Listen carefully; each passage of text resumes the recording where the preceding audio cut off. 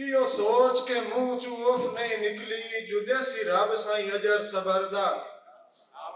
इो सोच के मुंह चू उफ नहीं निकली जुदेसी रब साईं अजर सबरदा।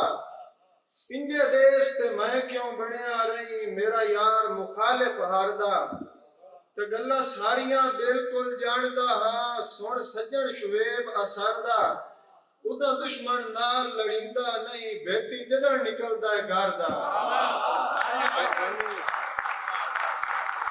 मेहरबानी और फुट वंजन दी वेख अजियत नूं बाहियां खिलरदियां रहियां सदा खितियां सौड़ विराग दियां अखी वेख के ठरदियां रहियां।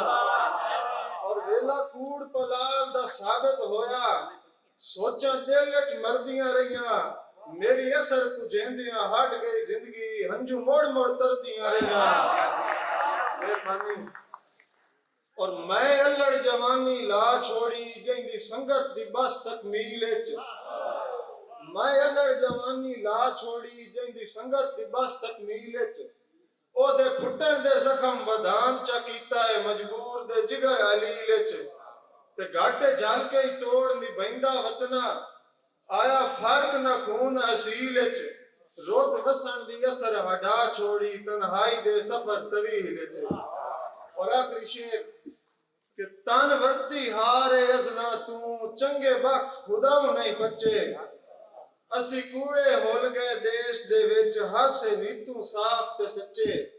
और मैं ताने पेटियों निकल गया नहीं रंग परवार दे रचे। संगतां नू असर बचेंदियां बाकी मैथे मूल भी भरम न बचे।